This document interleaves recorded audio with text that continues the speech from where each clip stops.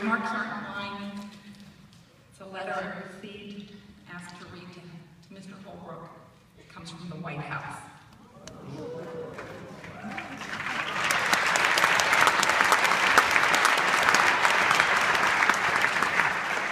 Dear Hal, Michelle and I are pleased to join in wishing you a happy 90th birthday.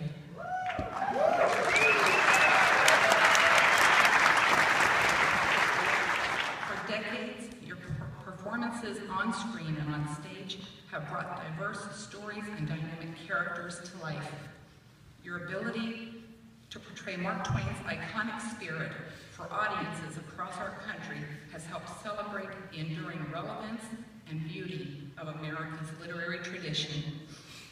I trust you take great pride in the ways you have touched lives and hearts over the course of an extraordinary career.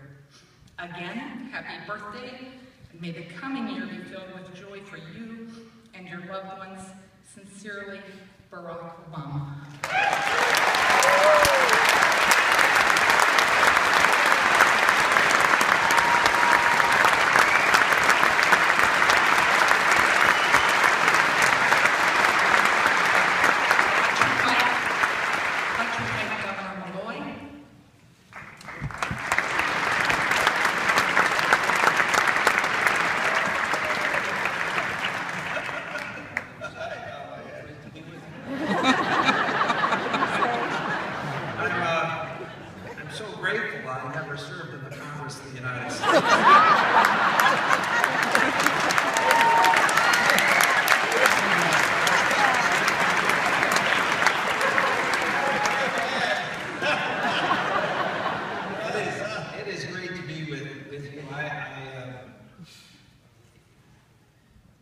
This project begun by you when you were in college and performed now for 6 decades is remarkable. I can remember as a young man seeing you in this performance on TV and being so deeply moved by it and moved by other great performances that you've given throughout your distinguished career. It is indeed an honor for all of us to be allowed to share your 90th birthday with you in such a way that you performed and we observed. I think in future moments in our lives we'll say that we saw the equivalent of Barrymore or Olivia.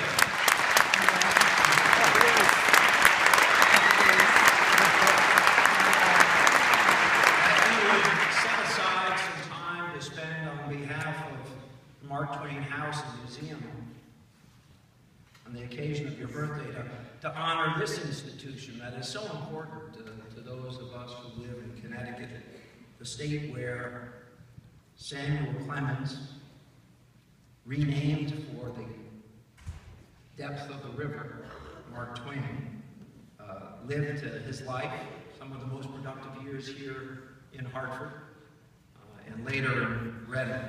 That you would serve this organization this way and honor all of us so very deeply by being with us.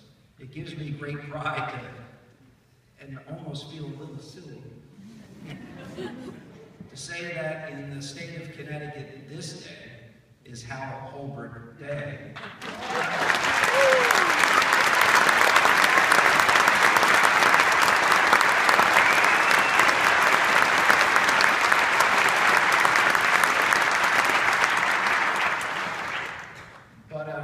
But in our honor, every day is Hal Holbrook Day.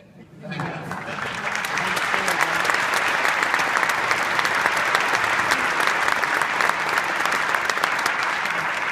One last person to come up, Mayor Segarra of Hartford, Connecticut.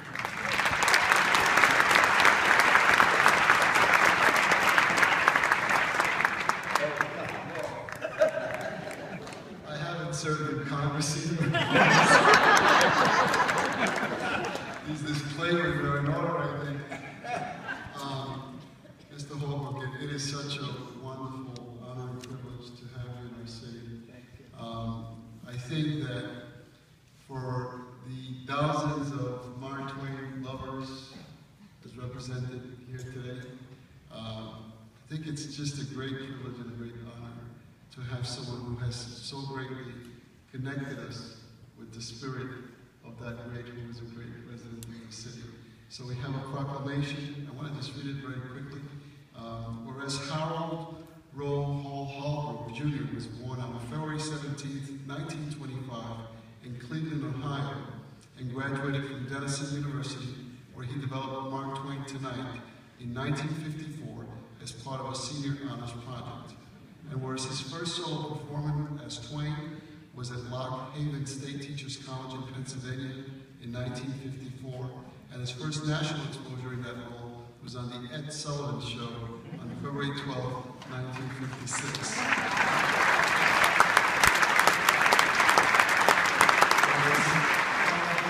He's had a long, distinguished, and successful career as an Emmy and Tony Award-winning actor on stage and screen, and was inducted into the American Theater Hall of Fame in 1999. Whereas Mr. Holbrook has performed Mark Twain Tonight more than 2,000 times in the past 60 years, and has visited and performed in Hartford on several occasions. And whereas Hal Holbrook returns to the city that Mark Twain called home for 20 years to mark an unforgettable occasion, Mr. Holbrook's 90th birthday.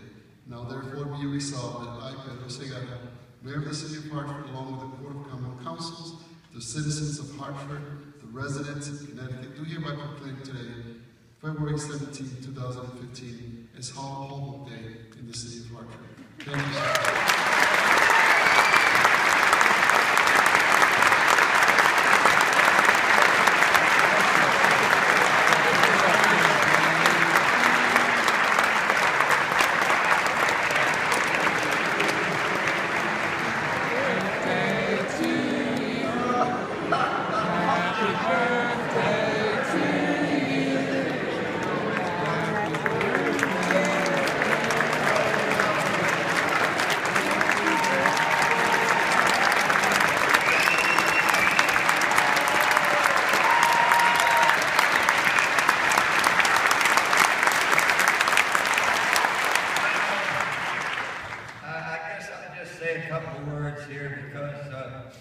Can't do any better than what these two gentlemen, the mayor and the governor.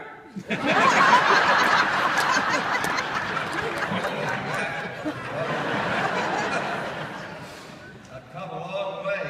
The boys school up the river.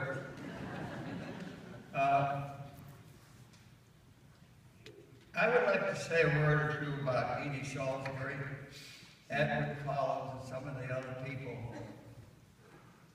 who devoted themselves in such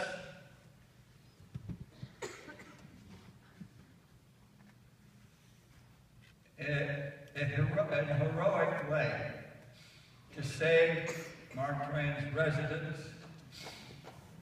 to glorify it with the rehabilitation of it, finding the Tiffany wallpaper behind 2 or 3 layers of wallpaper because they were trying to find out what was there, reproducing your wallpaper.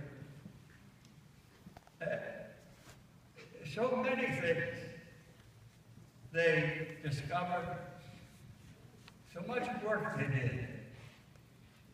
And they did it themselves. They put on their blue jeans and did it themselves. And I want to say that Edie and Edward, people like that, they gave me a sense of inspiration. When I first started doing Twain, they brought me up here. It took the whole thing to another level. I didn't know anything about Mark Twain. I hadn't read Tom, so I hadn't read it. I knew nothing. I knew nothing about it. But I learned a lot. And some of it was from them. The respect that they put into this house. And it made a mark on me. And I would say that it had a great deal to do with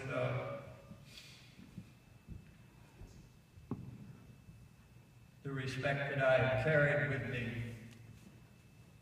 throughout my life with this remarkable man who is so often misunderstood, was very often dismissed as just a writer for children, whose book, sometimes his greatest book, is often misunderstood.